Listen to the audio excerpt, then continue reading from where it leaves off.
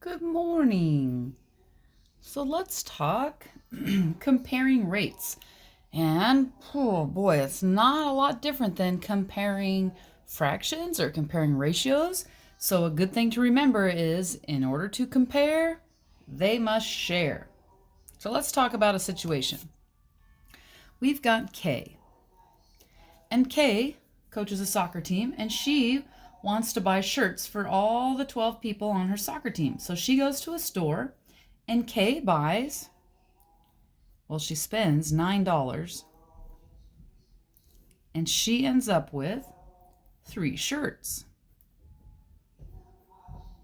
So what's that as a unit rate or cost per one shirt? Per one.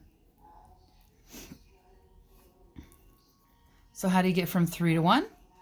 Divide by 3. 9 divided by 3 is 3. So Kay pays $3 a shirt. If Kay wants to buy 12 shirts, how much money will she spend? Okay. 1 times 12 is 12. 3 times 12 is 36. Kay would spend $36 on 12 shirts for her little team. But then one of her friends also coaches, Trudy, and she says, "Hey girl, I went to the store, a different store, and I paid $12 for 4 shirts." So who got the better deal? In order to compare, they must share. And you can get as fancy as you want and have them share money, have them share shirts. Could be any number of those things as long as they share. I'm going to say probably the most straightforward way is to find the unit rate, which is the per one. So let's go back to one shirt. Okay, to get from 4 to 1, divide by 4. Okay, what's 12 divided by 4? 3. Wait a minute, who got the better deal? Neither one. They got the same deal. Okay?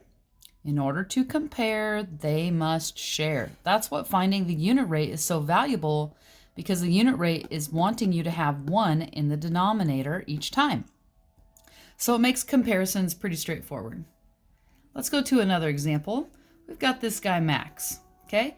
And Max, he ripped his pants. And he needs some new jeans. So he's pricing some jeans and he sees that at store A, he can pay $48 for 2 pairs of jeans. Or in store B, do you see how in rates we label all the stuff? He pays $66 for 3 pairs. So where should he go to buy his jeans? In order to compare, they must share. So let's find the unit price per 1 pair of jeans. Okay, 2 to 1 is divide by 2. 48 divided by 2 is 24. So at store A, he'd pay $24 a pair of jeans, which I think in this day and age is actually a bargain.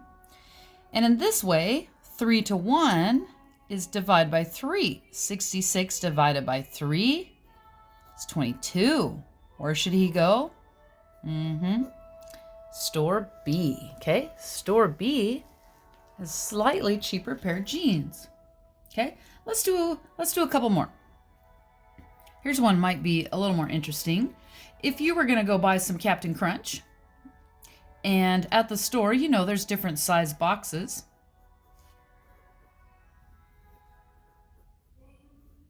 And they're in different sizes. Those different sizes are ounces.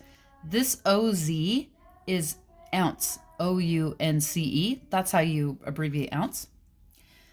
So you could buy a 20-ounce box of Captain Crunch for $3.50 or a 16-ounce box for only $3.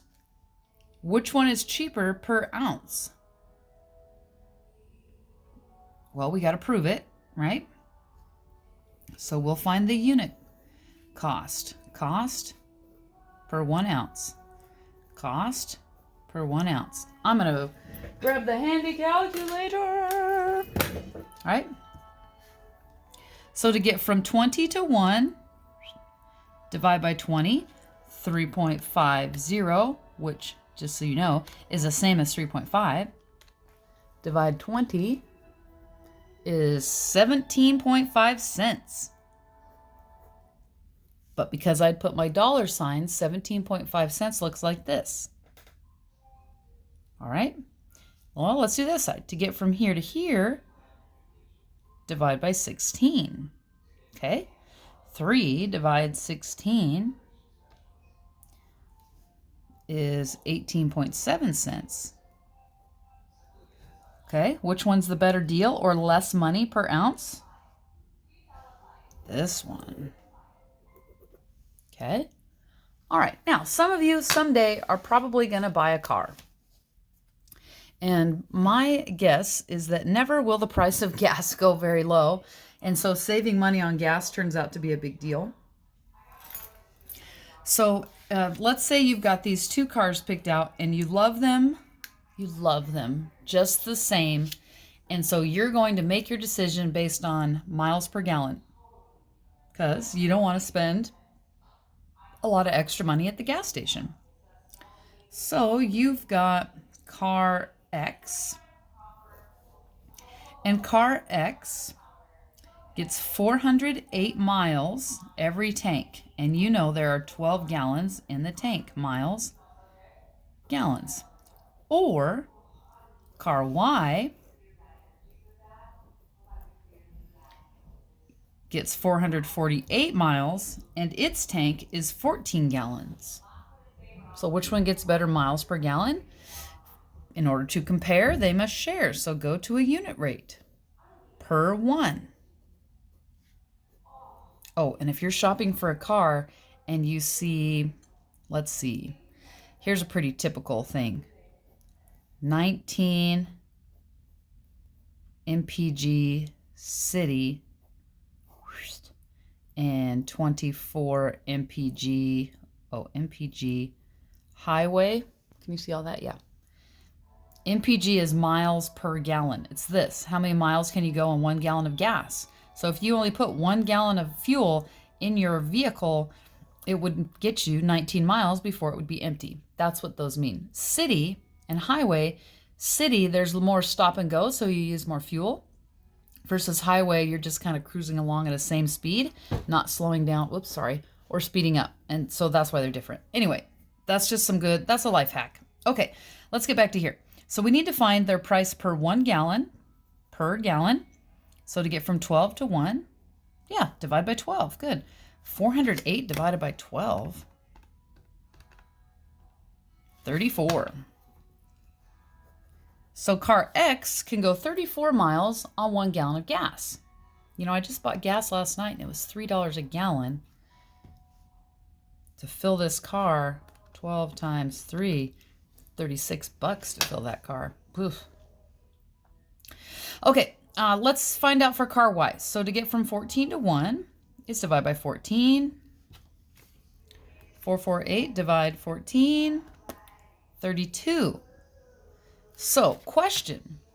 Before, the smaller number on top was the better deal. But here, the better deal is the bigger number on top. Why? Well, because in the context of the situation, this means you can go further per 1 gallon of gas, and that would be a better gas mileage. A better price is paying less money per something. Okay, so you don't always pick the one with the bigger number on top or the smaller number on top. You have to understand the situation, and that's why you've got to read for understanding. All right, good luck.